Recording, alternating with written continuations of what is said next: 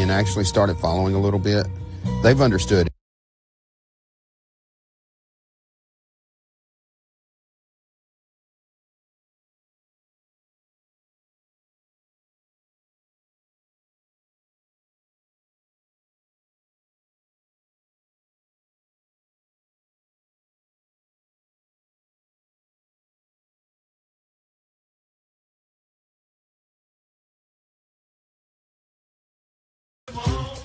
Well, Jalen Rose, we found a gentleman that watches NBA games the exact same way that you watch movies. Check this guy out at the Nets game.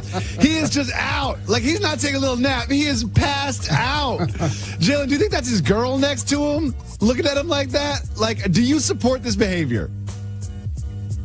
I definitely support this behavior. Here's the deal.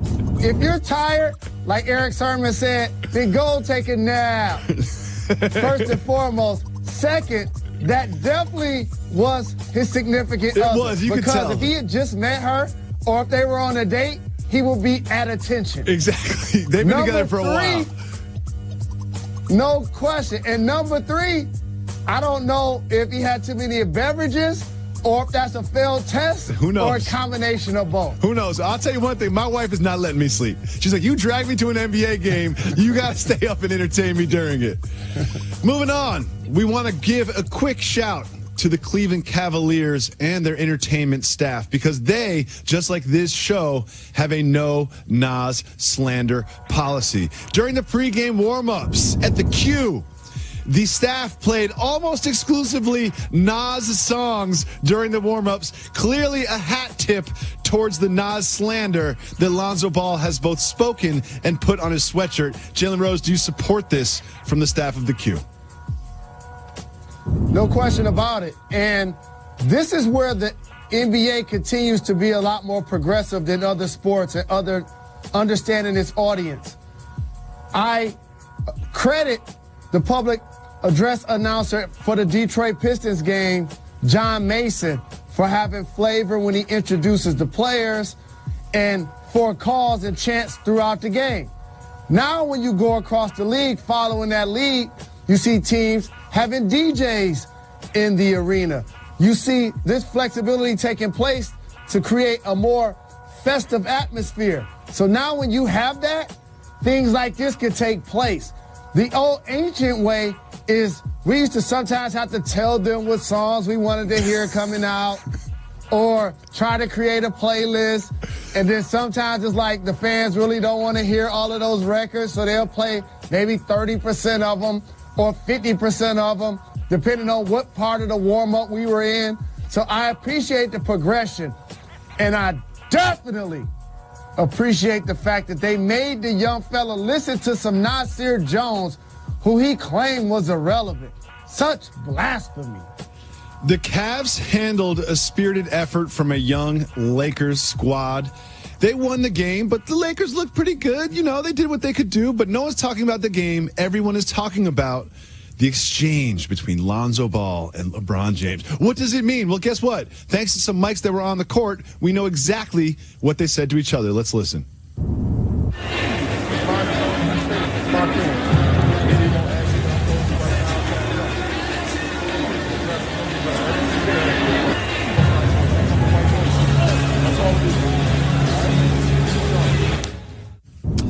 So, Jalen, he didn't really say much. He was just like, hey, you know, do your thing, stay in your zone. He said the media's going to ask you about this, tell them nothing. Do you think this was more a veteran giving a hyped rookie some advice, or is LeBron trolling the media, or was he kind of doing both? I think he was doing both. A lot of that exchange, number one, was iconic future Hall of Famer who understands what it's like to feel pressure as a young player, giving wisdom, knowledge, and love to one Lonzo Ball, whose father, by the way, finds a way to slander multiple players in their games, in particular while he was still at UCLA. But the second part of it was about the king. The way it was done, with the jersey over the mouth, telling him what to do with the media and how to approach it, and then both of them in the post game acting like there was some top secret exchange, like the mafioso, where they needed mothballs in their mouth in a steam room to actually talk about the subject matter. So again, it was about LeBron making sure he continues to plant seeds wherever he tends to go, especially knowing that he's going to be a free agent at the end of this year. Well, Jalen, I've noticed that as well. It just seems like LeBron places little breadcrumbs about where he could potentially play in the future. Whether or not he intends to go to these places, but he intends to make us talk about it. Here are some examples. We have this. We have him in Houston having a conversation with Chris Paul on the sidelines, being friendly. And then we have him posting himself in the middle of the Knicks logo in Madison Square Garden after he plays the Knicks. And there's this exchange between him and Lonzo. It just seems like he's playing with us, knowing that we're going to talk about these things. He's pulling the strings, and he knows which teams that people speculate that he's going to end up at, and I think he does this intentionally. Do you agree? 1,000% is done intentionally, because you don't become a mogul while you're playing like LeBron James, who deserves to have his number retired and a statue while he's still playing at a high level in his 15th year. He understands each step of the way. So much so that he's telling Lonzo to tell the... Nothing wasn't changed. Stay in your zone. Like, that doesn't mean anything. But he knows that the mystery is more effective than the actual facts. Because if Lonzo did tell the truth, like, well, he just kind of gave me a pat in the back and, told me to, play hard. Moving on, you know how I love Lance Stevenson, right? Lance Stevenson... Absolutely. Lance Stevenson has just been replaced as my favorite basketball player. He's been replaced by this guy in Atlanta. Check him out. Have you ever made a shot like this before, Norman? All the time. The confidence. Like that. Look at this. And then the form. Nothing but net. The confidence before the shot is what really gets me. Oh, look at him. Look at him. He kind of looks like an older version of Paperboy from Atlanta. I love this so much. Jalen, do you think this is the greatest shooter of all time? I just want people to know, his family, his friends, his coworkers, that he's, after taxes, he doesn't have $10,000. Because people tend to count your money for you. Everybody is going to come up to him and treat him like he got $10,000 in his pocket. He got like $6,000. I got your back. Yeah, exactly. That's a really good point. That's a really good point. Coming up next on Jalen and Jacoby, we have the senior statue analyst giving us some statue news. President Obama had a tradition where every election day he would play pickup basketball. How would you cover the president if you were matched up against the president? Easy. You got to take his left hand away. He can't flush the toilet with his right hand. You just know he's coming back left. Yeah, you know he's going to come back left. The whole game is built just for his enjoyment, and you're not going to let him get a bucket off or nothing. Absolutely. Do you play him hard? You're in his face. Like, you don't let him score. You suffocate him. I'm a fellow lefty, and I say this because I was this as well. Janky. That's just the word that comes to mind. Just a janky lefty. Yes. You just called the president, the sitting president of the United States, a janky lefty. It takes one to know one. And he was traded. He's headed back there on Saturday to the Garden. Knicks fan favorite Kristaps Porzingis said that Knicks fans should, quote, show him some love. Given the fact that most of the turmoil during Anthony's stay was basically James Dolan and Phil Jackson's fault, do you think Knicks fans will follow their advice from the Unicorn? I think they're going to follow the advice, and I agree with you about James Dolan and Phil Jackson. But there's a third piece to that puzzle. It's Carmelo Anthony. While the future Hall of Fame player left the Denver Nuggets to come to New York City, it was to elevate them to a championship level playing alongside Amari Stoudemire. That didn't happen. Him attracting other top-level free agents to come run with him did not happen. But he did go out there each and every game, give buckets, be a professional in the locker room, as well as dealing with the media, especially the last year or so when things just got off the rails with Phil and with James Dolan. So I do applaud how he did handle that scenario. But overall, the Knicks clearly didn't get accomplished what he hoped to get accomplished when he went there as a player. Do you think it will be more of an appreciative ovation or some boo birds? I think it'll be an appreciative ovation that, A, he put in work there for 6 years. I mean, here's a guy that's averaging 25 points consistently. And New Yorkers respect the game. And they understand the hardest thing to do in basketball is to put that thing in the hole. And he did that in New York on that big stage for 6 years. And then it's the other part of the people that's going to cheer because they're happy that his number's off the salary cap. And there's going to be other people that's happy and cheer because the team now has a brighter future, possibly led by Porzingis. Absolutely. Time for some statue news.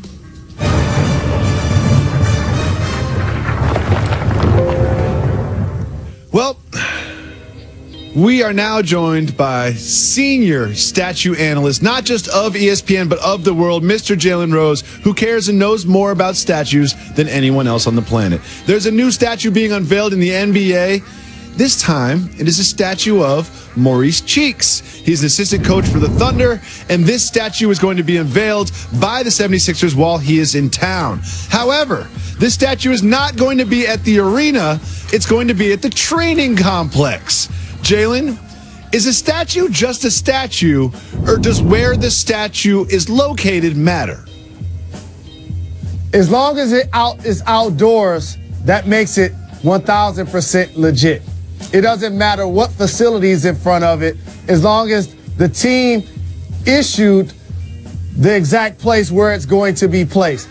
This is legit. Here's a player that's 5-time All-Defensive, 4-time All-Star, with a championship in '83 with the squad, playing alongside Dr. J and Moses Malone, Bobby Jones, and one of my favorite nicknames of all time was by Andrew Toney, the Boston Strangler. So yes, I appreciate this by the Philadelphia 76ers.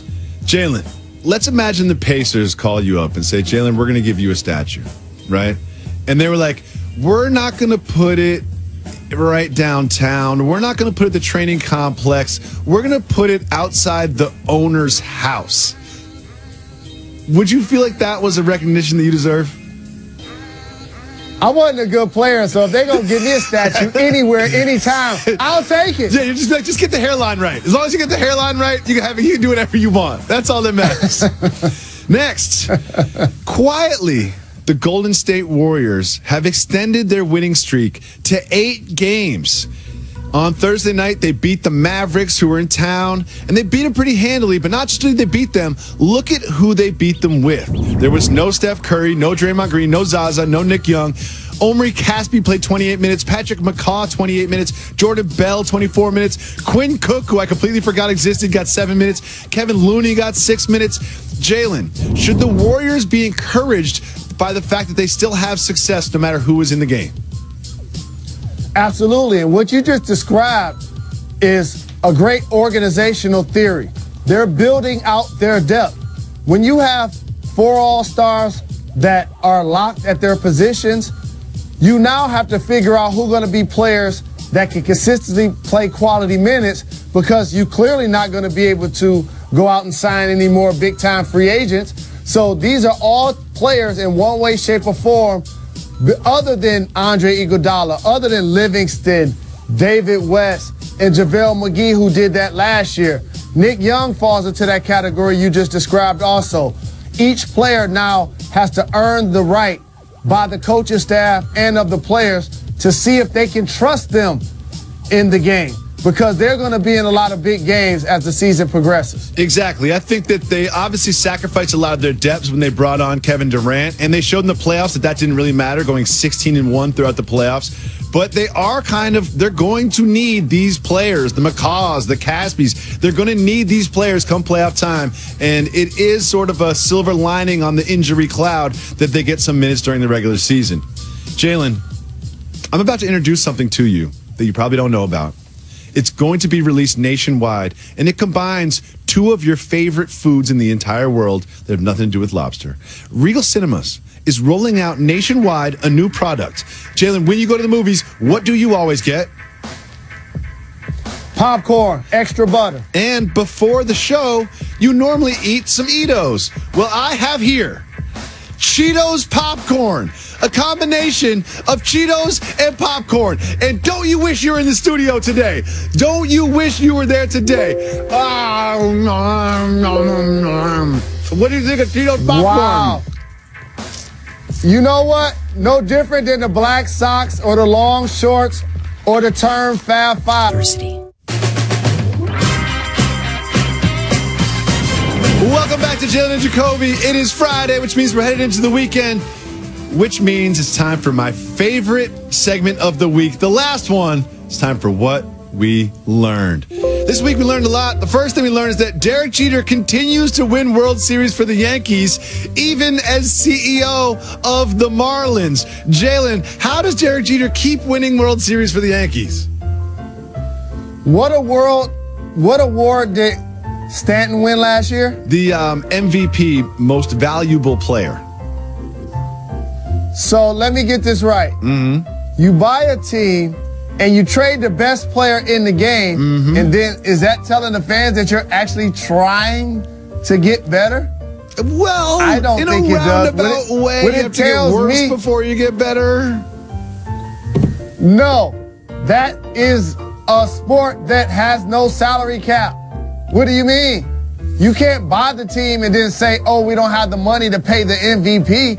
And then of all teams in the world, my good friend Derek Jeter, whose name is on this list of no slander, found a way to trade him to, the Yankees. Exactly. He's pretty fond of that team, right? They should retire a second number for him just for that move. Well, the next thing we learned is this week, ghosts are still getting it in.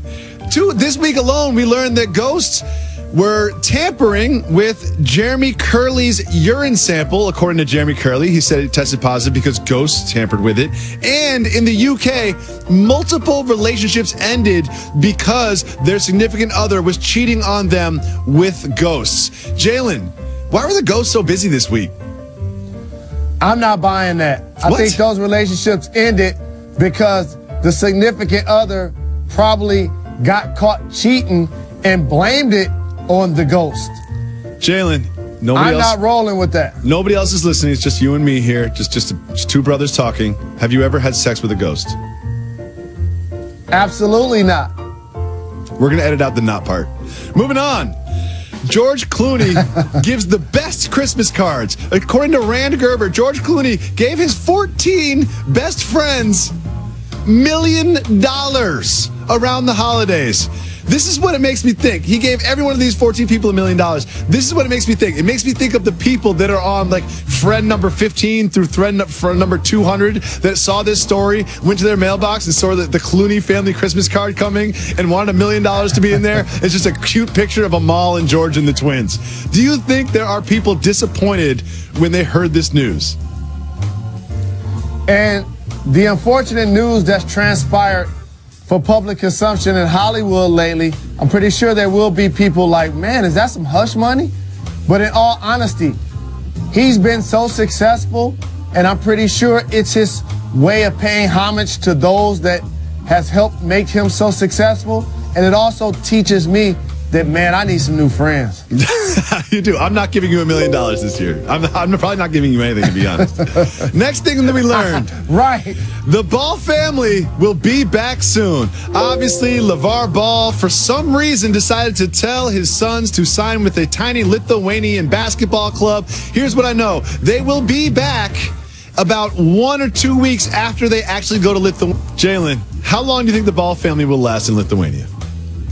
If you find that you don't like my ways, well, you can send me back in 30 days.